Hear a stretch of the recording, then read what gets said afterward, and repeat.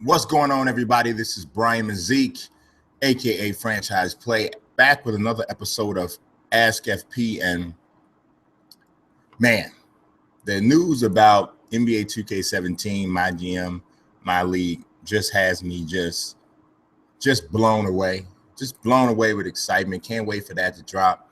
Unfortunately, it dropped so close to Ask FP going on air today that I wasn't, I didn't get any questions about it, obviously. So I'll wait, to get a little bit more questions compiled through the course of the week before we address it on next week's Ask FP, because I think there'll still be some stuff to talk about. I even plan to do a couple videos this week that should maybe even spark up some questions. Also, the stuff about Brock Lesnar found out that his drug test came back on the day of UFC 200. So why was he allowed to fight is one of my biggest questions, but perhaps the answer to that will be revealed in the coming week. But without further ado, let's jump into this week's questions, which are worthy of attention on their own. And the question of the week, as you may see already from the title of this podcast, comes from Derek Dynasty, and he is quickly becoming one of the premier and most prolific Ask FPers I have, and I appreciate you as well as everybody else who takes their time and effort to submit questions for Ask FP. But he says, who will be on the NBA's 2000s All-Decade team? So let me kind of explain what that means. The All-Decade teams, it kind of depends on when people say the decade starts. Do you say that the decade starts, like, so for instance, the one we're in now, do you say it started in 2011 or did it start in 2010? I'm one of those people that says that it starts in 2010. So I'm judging this basically. Some of this is predicting, obviously, but from 2010 to 2019, which players will be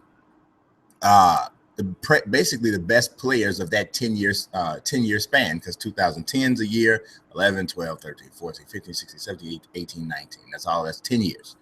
Okay. This is funny because it kind of taps into a similar concept of an article that I wrote, I would say a couple of days ago.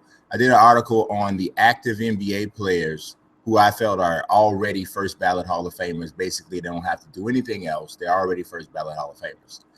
So this somewhat has to do with that, because I could almost take everybody off of that list and say, hey, not everybody, but the entire list that I compiled could be made up of those guys, right? So it was so many worthy people, or people that I felt that were worthy of the All-Decade team designation, that I had to make a first, second, and third team.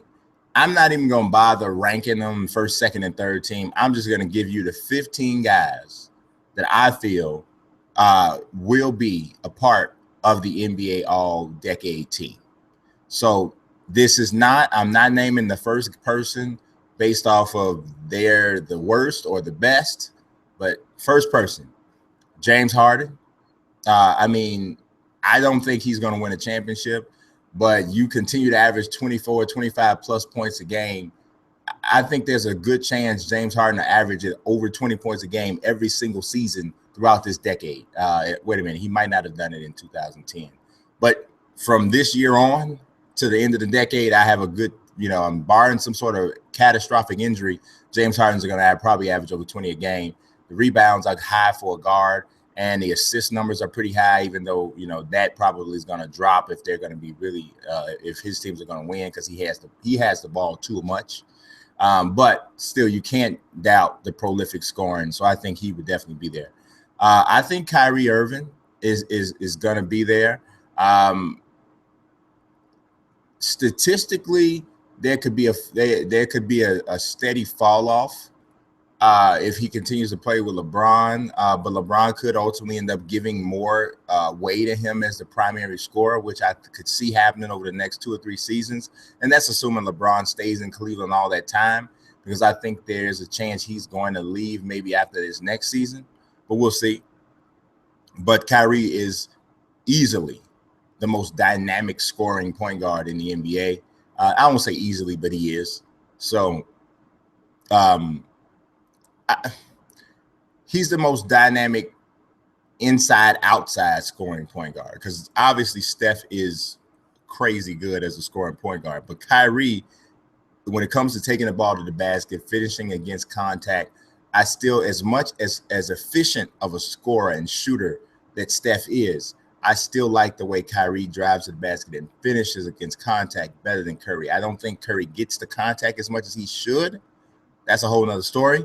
But Kyrie, Kevin Durant, that really doesn't even need much of an explanation at all. Blake Griffin, which it was shaky between Blake Griffin and LaMarcus Aldridge for me. It really was. But I think I took Blake because Blake's a little younger, and I think Blake probably has more in the tank left. But LaMarcus has a game that losing athleticism won't necessarily hurt his game as much. But I still went with Blake over LaMarcus. Kawhi Leonard, already Kawhi is, I think, 25.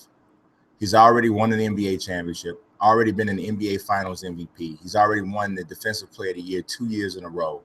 Still only 25 years old, and the arrow is absolutely pointing up. So Russell Westbrook, who I think statistically his best years might even be if he stays in Oklahoma City, I think this will be the best season of his career from a statistic standpoint, and he is my pick to win the MVP if he stays there.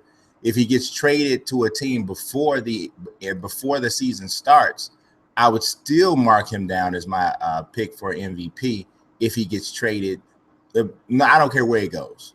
As long as he doesn't go to a team that's already got a great player there, which I don't think will happen. He's my pick for MVP this year, and he's been crazy good over the last 3 or 4 seasons. John Wall would be on that team. I think he is probably going to be the premier assist man for the next 5 to 7 years. So because of that and because of what he's already done, I think that he's going to be there. Damian Lillard is a dynamic scorer. He's almost right there in the same category with Kyrie and Steph to me as far as just scoring.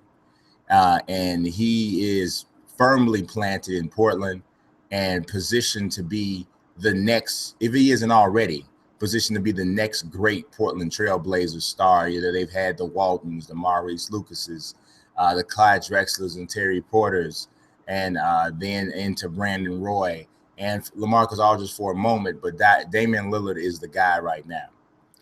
Anthony Davis, absolutely positively, he could ultimately be the player of the decade if the Pelicans can take a significant step as a team. He could be that. I don't know. I think LeBron probably still plays out this decade. I think his career, he probably will finish around 2019, somewhere in there. So it's hard to not say LeBron as the player of the decade, because he's won he won MVPs in this decade. He's won all 3 of his championships in this decade. So hard. But Anthony Davis could put up some crazy numbers this decade. I already gave it away, but LeBron, absolutely. Come on. I'm not even going to talk about it. Melo. Melo has never averaged less than 21.8 points a game in his career. And I don't think he's going to drop under 21 this year. I still think he has to be the number 1 option there with the Knicks. And the dude just wakes up in the morning and averages 20 a game. We can talk about other parts of his game. It could be this or could be that. But Melo just scores 20 a game. That's just what he does. And I think that's going to be good enough to be all decade. Steph Curry, clearly, obviously. Hey, what are we, come on. I don't know if I said Klay Thompson, but Klay Thompson definitely, I think, is going to be there. I don't see Klay dropping under that. His numbers are going to drop now with Durant there, definitely. So that's shaky. Klay is shaky because now he becomes the 3rd best player on his team. So has he done enough in these 2 years, last 2 seasons, where he was one of the primary options? So I'm not necessarily talking about ability, because obviously we know he's among the greatest shooters that ever played the game, I would say at this point. But with you now being the third best player on your team, we got to, I don't know. Let's go for two really, really young players. Karl-Anthony Towns. Yes. Karl-Anthony Towns is the truth in the booth. I'm telling you, he is the truth. This dude can play. He's better than I expected him to be. He is. He is better than I expected him to be. And I think he obviously is the rookie of the year. He's only scratching the surface of what he's going to be. But yes, for sure. And the last one, and probably not least, but this is obviously the biggest gamble on my list. But Ben Simmons. Ben Simmons is, I think, set up to be a truly special player. Truly special player. One of the main reasons is, he's set up to be a truly special player is the absolute ridiculous hating has already started on this guy. From a talent standpoint, there's not much he can't do besides shoot the ball. He doesn't shoot it well yet, but he takes great shots for the most part, and he can get just about anywhere he wants to get on the floor. He's an excellent passer, outstanding athlete, good rebounder. It's coming. It's absolutely coming. The 76ers revolution is going to be for real, and you're going to see it over the next 3 to 4 years. I'm telling you, this guy can ball. This guy is silly good. So that would be my all-decade team. Obviously, I invite y'all to hit up the comment section and tell me who you think would be should be on your own all-decade team.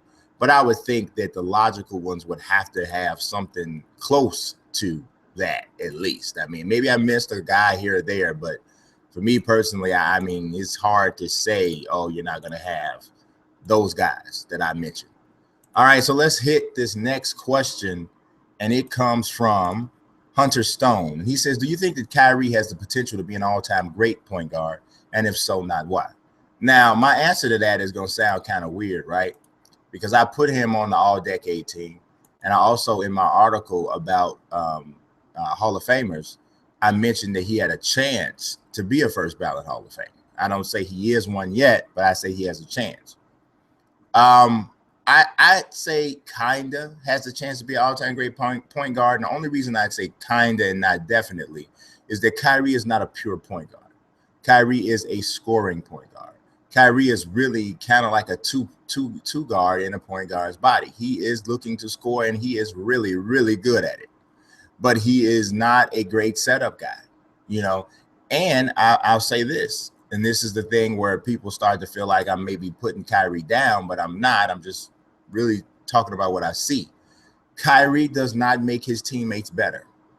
He doesn't. And evidence of that is how bad the Cavaliers were before LeBron got there, and Kyrie was the best player. Kyrie was showing his flashes and getting it done and doing what he was doing, but the team itself was horrible. They got the #1 pick 2 years in a row. That's evidence there. But the guy can really, really score.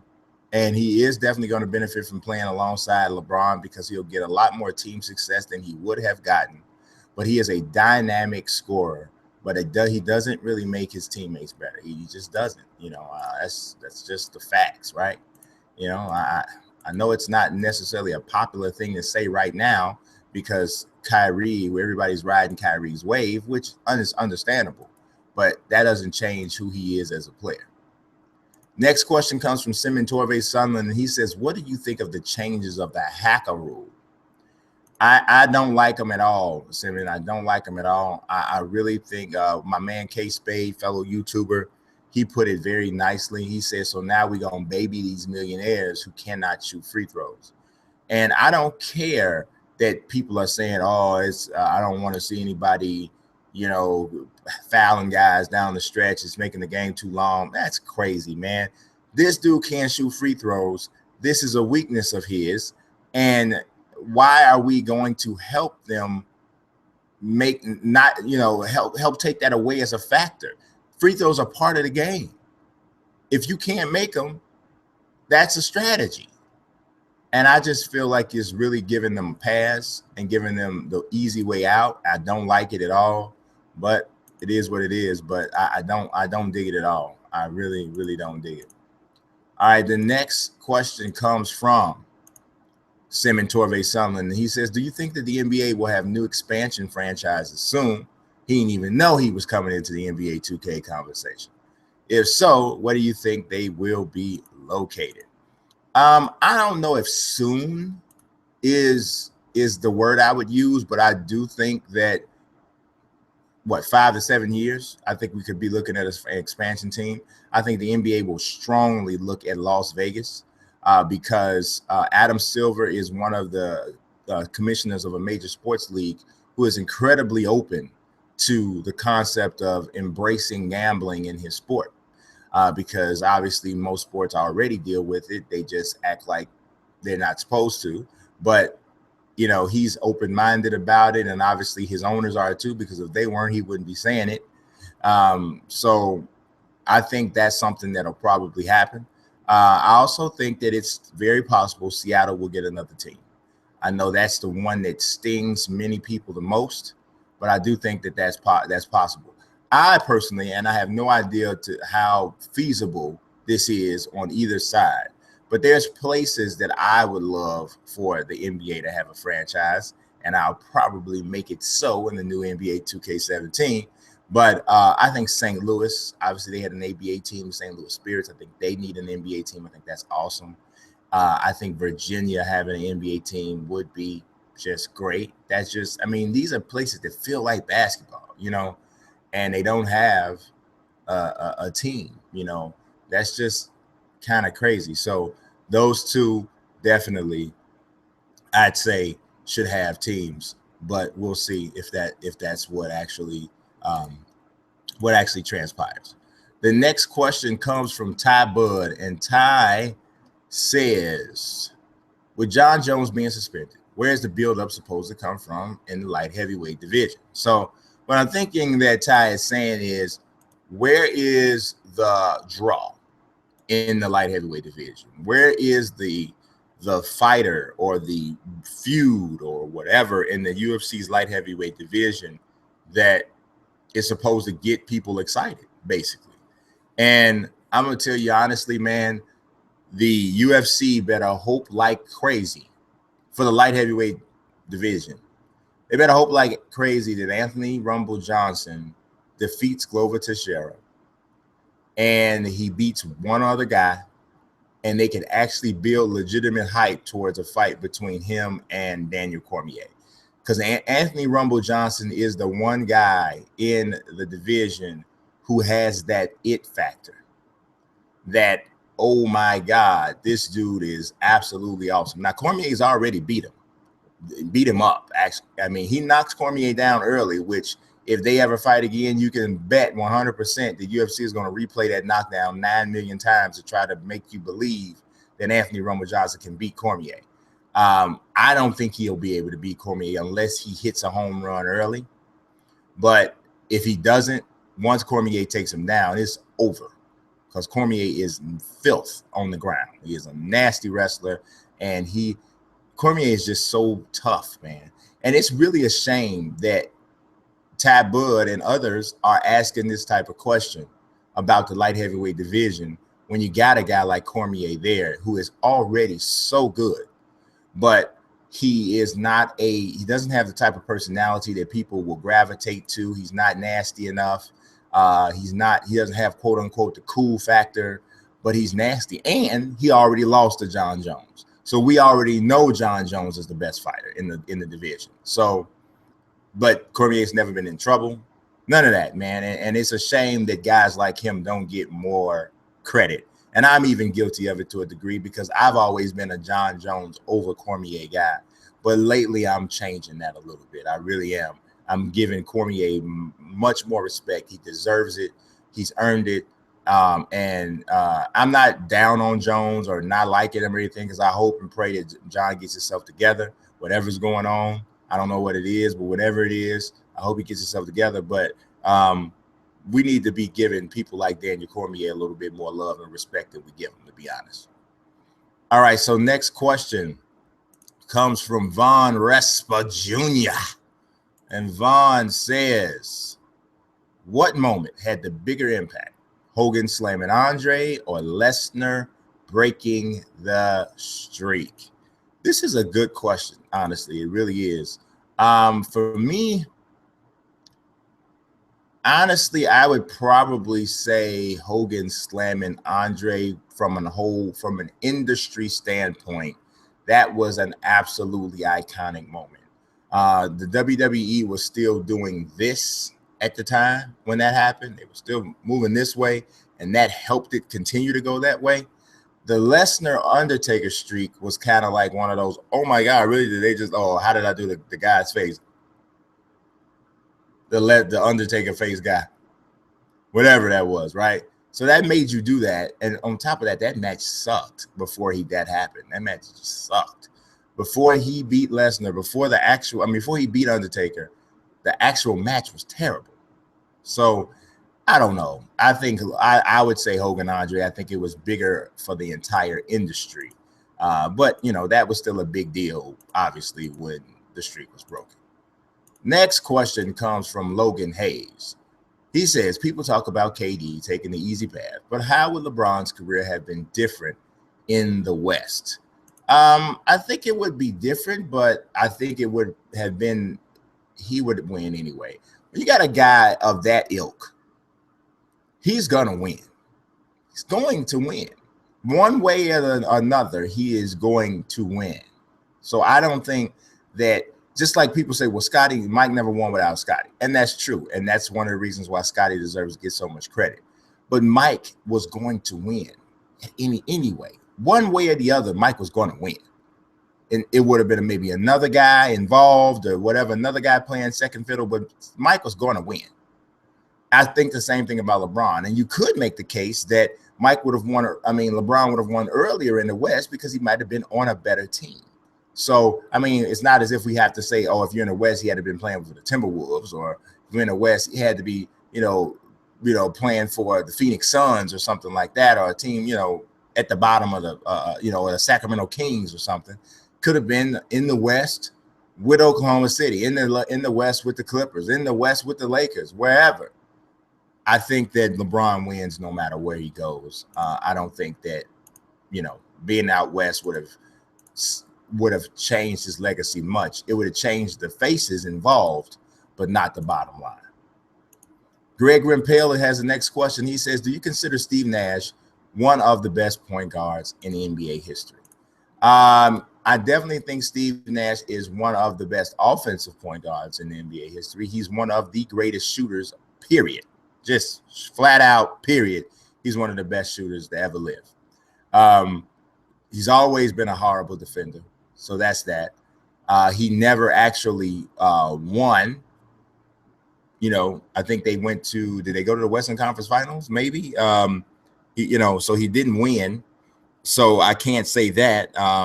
Making sure we don't have any emergency situations jumping over here. But yeah, so we can't give him any credit for that. So, but offensively, yes. Steve Nash is one of the best, I would say. So, I don't know. I would probably put him in my top 15 point guards, but not top 10, and certainly not top 5, because there's too many guys that play both ways who made a similar or a comparable impact offensively, but also made an impact defensively, which I don't think Steve Nash did. Okay, the next question comes from Simon Torvey Sunland, and Simon Torvey Sunland says in this one, what is your opinion? In your opinion, is the most iconic move in basketball? So I don't think that you're talking about. I'll answer it both ways so I can kind of see if we can get to both things of what you're saying. I believe you're asking, like, between Mike's fadeaway, Kobe's fadeaway, Karl Malone's hand behind the head, which is the stupidest looking dunk ever, that kind of thing, and Dirk Nowitzki's 1 foot fadeaway. That's what I think you're mentioning. So from that standpoint, I think the most iconic shot of all time is Kareem Abdul-Jabbar's skyhook. I just think that is no other shot, I don't think, is more synonymous with a great player. Like, yes, Mike's fadeaway is Mike's fadeaway, but you could argue that him flying through the air for the dunk or doing the reverse layup on baseline is just as much him. Dirk Nowitzki's fadeaway, 1 foot fadeaway is definitely all about Dirk, but just the face up three is also him as well. Spot up threes, that's him as well. So Karl Malone did a lot more than put his hand behind his head and do a one-hand dunk. Kareem did more than the skyhook, but the skyhook is just total Kareem, Now, if you're talking about a specific shot that went down, what is the most iconic shot, period? I would have to say Mike's last shot against with the Bulls against Brian Russell, where he offensive fouls him and pushes him out of the way and drains the shot that ends up getting the Bulls the 6th championship. I think that is the most iconic specific shot. So, hopefully I answered that question one way or the other. The next question comes from Derek Dynasty, and he says, do any of the following players have a chance to get into the Hall of Fame? And he goes with all football choices: Ricky Williams, Mike Vick, or Plaxico Burress. Now, this one is really kind of crazy though, because football, and when it comes to football, the Hall of Fame in football, trying to figure out who goes where as far as the Hall of Fame is kind of difficult, because you can't really just say, oh, well, this guy rushed for this amount of yards, so he's automatically going to be in. You really can't say that. I mean, Jerome Bettis just went in. So we're talking about Ricky Williams, right? Jerome Bettis just went into the Hall of Fame. If you look at it, I'm scanning through the guys who have gone into the Hall of Fame recently, or just period, in terms of the especially just running backs, because I already have an answer for the other two guys. But I'm looking here, just taking a look at the guys who have recently made it. You got Jerome Bettis made it in 2015, 13,662 yards, 91 touchdowns. He won a Super Bowl. Curtis Martin with the 14,000 yards rushing did not win a Super Bowl, I don't believe, unless I'm missing something. Marshall Faulk, 12,279 yards, but Marshall Faulk is way more than just a running back. I mean, he also had 6,875 yards receiving. He is in my opinion, I think Marshall Faulk is the best all-purpose back that ever lived. So I don't put Ricky Williams in that category. But you can look at a guy like Floyd Little, who went in 2010, but that was more like the Legends Committee thing. And, so that's like a lifetime accomplishment thing. So if you look at Ricky Williams' statistics, now Ricky Williams probably has more rushing yards than you think he does, okay? Because he did play for 12 seasons, and he had some really, really good seasons. He actually led the league in rushing in 2002, and he had 10,000 yards rushing. But Ricky had a ton of years. He only rushed for, I say only like it's like horrible, but he rushed for 1,000 yards 5 times in his career. I would say from 2001 to 2003, so 2001, 2002, and 2003, he was a legit top-notch type of a running back, right? 1,200 yards, 1,800 yards, 1,300 yards. Then he retired, missed the entire 2004 season. Came back in 2005, rushed for 743 yards. Then he got suspended, missed the whole season for violating the league's substance abuse policy. And then in the final 5 years of his career, he only rushed for 1,000 yards one time. Every other year was 15 yards, 659, 673, and 444. He rushed for 10,000 yards, that's for sure. But that just does not sound like a Hall of Fame career for me. It just doesn't. So for me, no, I would not have Ricky Williams there. Plaxico Burress, I think there's no chance at all, period, at all. I mean, he was a really good receiver for a time, 2-3 years, but he's not a Hall of Famer. Mike Vick, I think, is a Hall of Famer. But will they actually put him in? Because yes, obviously there's tons of guys with better passing numbers, even though his passing numbers aren't that bad, but there's a lot of guys with better passing numbers, but the rushing numbers are just off the chart for a quarterback. I mean, they're off the chart. And some people can say, well, they don't like that, I don't like a running quarterback or whatever. Mike Vick, in terms of his overall impact on the game, and I'm not talking about the negative impact with the dogfighting thing, but his overall impact on the game was humongous. He should be a Hall of Famer. And of the three that you mentioned, I would say he should be. He's the one that should be there. All right, let's go. The next question also comes from Derek Dynasty, and this question asks, is the UFC done with Brock and Bones after their latest PED scandals?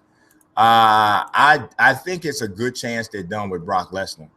I mean, I think Brock, because of Brock's age, because of the situation surrounding what happened with Brock, UFC 200, a humongous stage, and I mean, Brock actually tested positive for the exact same substance that John Jones tested positive for. But Brock gets on the stage and calls John Jones unprofessional for failing his drug test, and you turn around and fail it with the same thing. The other bad thing about it is Brock brutally beat up his opponent in UFC 200, and the UFC reportedly, based on the reports that came out today, they found out the day of the event. So they may say, oh, we found out at 10 o'clock. Brock was already on his way to the octagon. We found out at midnight, right after the fight, whatever. Okay, we'll see. Right. In any case, Brock just seems to be bad business for them right now. I think this ultimately hurts the UFC WWE relationship as well, too, because the UFC can easily try to blame this on the WWE and say, well, hey, these guys don't have the same type of testing program that we do. Guys can do different things. I can see it all happening, but I don't think Jones is done with the UFC. If he gets a 2-year suspension that stands up, that's going to be difficult for him to come back against. I mean, it's not as if he's an old man by any stretch, but being out of the octagon for 2 years, even for a guy like John Jones, is a significant thing. I believe John is 27. I think I'm right now. John's 29. So John would be, if he has to wait until he's 31, and actually crazy thing is John made 29 today. John Jones made his birthday is today. This is not exactly the way I'm sure he wanted to celebrate his birthday, but yeah, so kind of bad, but I don't think they're done with him. Even if he comes back at 31, he's still a young enough man to make a significant impact. So yeah, I don't think he's done. But Brock's 40. 2-year suspension from Brock is, dude, just in 2 years, go, just stay gone. Just stay gone. Really, just stay gone. All right, the next question comes from Weston Flores, and Weston Flores says, do you think, and this is a deep question, obviously, do you think the internet has done more good or bad for the world? I think that's a really excellent question. I almost made it the question of the week, as a matter of fact. I think that it's about 50-50, Weston, to be totally honest. Obviously, I wouldn't have the opportunity to do things like this, Ask FP. I wouldn't have an opportunity to write the way I write were it not for the internet. So I understand that. I understand the opportunities and things of that nature that the internet has created for people, how it lets you keep in contact with people, with family members and friends that you would have 20 years ago lost contact with. And that's just it. You may have never saw those people again. It has helped to link and help to link and create marriages. It has helped and aided in a way to help and link adoptions for children who needed homes. And not to say that those things weren't happening before, but the internet has facilitated a new level, a new way for that to happen. But on the other side, there's an extremely negative point of the internet. Negativity on a whole, in terms of negative imagery, has never had a better platform. you can it's the same way you can circulate a positive image in seconds across the world. You can circulate a negative image that has a legitimate effect on people by using the internet. I mean, there's some crazy stuff being circulated right now. I mean, you know, with all of the things that are happening to African-American men with the police, those images that go out, right? Now, believe you me, I know firsthand about some of those things that have happened with African-Americans. I've been pushed. I've been hit. I've you know, been embarrassed and humiliated by the police in my life. That's happened to me. I remember standing outside in front of a friend's house. We were just standing there talking about where we were going to go play basketball. We had just walked out of the house, and this plainclothes policemen pull up, and we didn't know they were plainclothes policemen at the time, and they are just harassing us. They snatched my friend of mine's pants down to his ankles, so he's literally standing there with nothing on except for a shirt. They're pushing another of my guys around straight down the street, just, you know, just straight harassment, you know, just because they could. I remember my brother coming home after being hit in the testicles with a billy club, you know, so it's happened. Pulled over for no real reason at all, just asked all types of questions for no real reason, you know. So I know this stuff takes place. But when you have a situation like Alton Sterling, and when you have situations like Philando Castile, and you show those images, it is one incident, right? And I'm not saying that this is not a widespread problem, because it obviously is. But when you show that imagery and it goes across the internet and everybody starts watching it, they're clicking it, they're sharing it, they're clicking it, they're sharing it, it creates anger. It creates anger, and it creates this feeling where people who may already have another type of problem feel as though they need to react. And that's where you have people doing this irrational, crazy attacks on the police. It's fueled by social media. It's fueled by the access to negative imagery. So now you have another person on the other side taking pictures or drawing pictures of a man dressed in all black slitting the throat of a police officer. And now you got people literally copying and taking this image and making it their Facebook profile picture. All this negative imagery that you have just readily available. You know, anything you want to see that's negative, you can find it on the internet. Anything. And you know, as a person that's a little bit older that remembers when there wasn't an internet, it wasn't that way before. You couldn't just say, I want to see street fights. Let me go to Google and Google street fights. Just people fighting in the street, just getting knocked out for no reason. Just, you know, horrible, bad things happening. You know, as a kid, I couldn't just go to the internet and say, I want to see porn, www.bigbooties.com. I couldn't just do it, right? I couldn't Google it and just have it pop up for me, you know. But now you have access to everything, you know. And you know, if you 8 years old and your mother don't have your parents don't have a filter on your search machine, on your search engine, you could just go and get whatever you want to get. Whatever you heard your boy talking about at school, you can come to your internet. In case you didn't know about it already on your own, you can go to the internet, your tablet, your phone, if you got one, or the desktop or laptop, and just and go ham on it, you know. And that just wasn't there before. So I see both sides. I see the positive and the negative.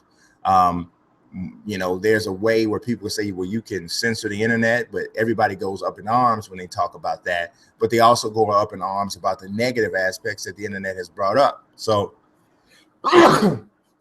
excuse me. So, you know, I've been fighting that sneeze for about 30 minutes. I lost. So, you know, it's just one of them things, man. You know, almost everything there is in the world, though, has a positive and a negative side to it. So the internet is no different.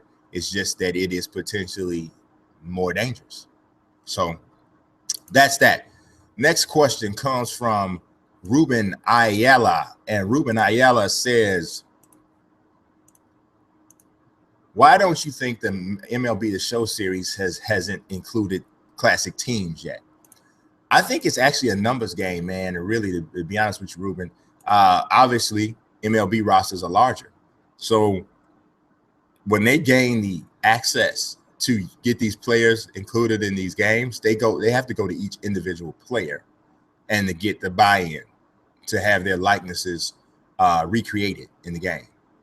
So to get an NBA team, and you've noticed in the NBA 2K, you very rarely see an entire roster of the legends. You know, they'll get like the first 8 or 9 guys that everybody pretty much knows, but that the rest of the end of that bench is Robert Smith, Robert Williams, Robert Jackson, all of these real generic names and generic guys.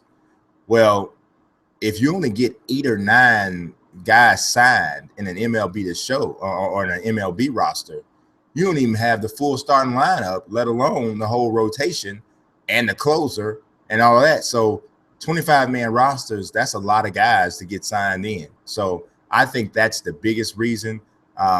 You know, from an economy standpoint, you're going to start to really rack up a bill from an endorsement standpoint with a baseball game. So for me, I think that is probably the most likely reason.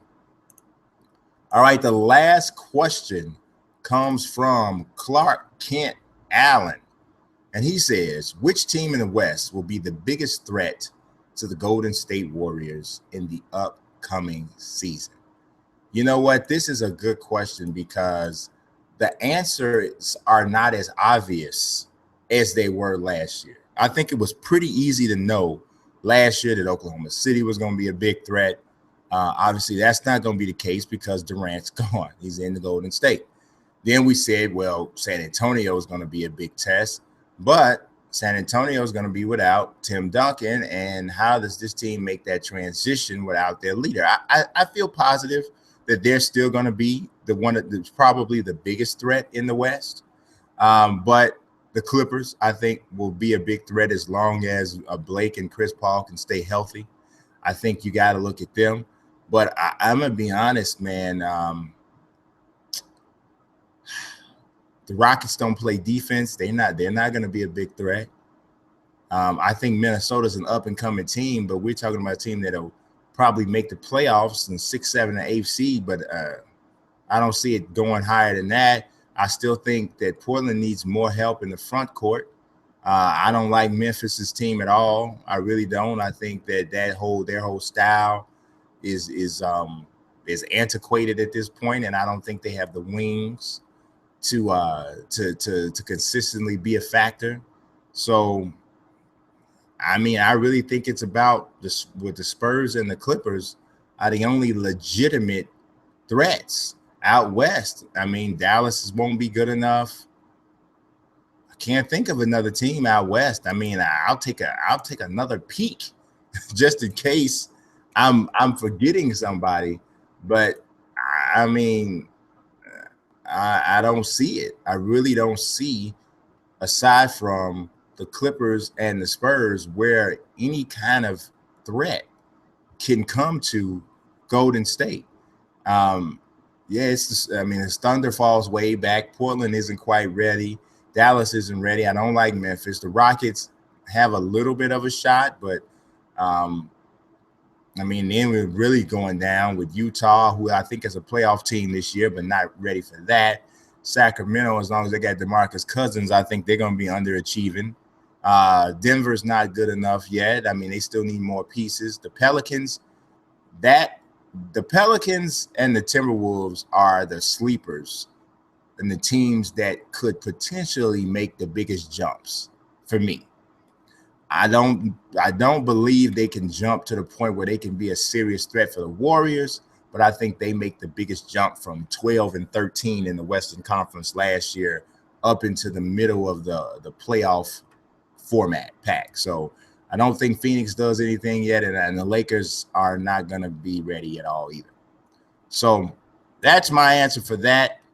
It's probably going to be it's going to be boring out west probably this year because I don't think this is going to be there's going to be a lot of drama into who wins this conference. So that's all I got for you guys this week. I do appreciate you watching.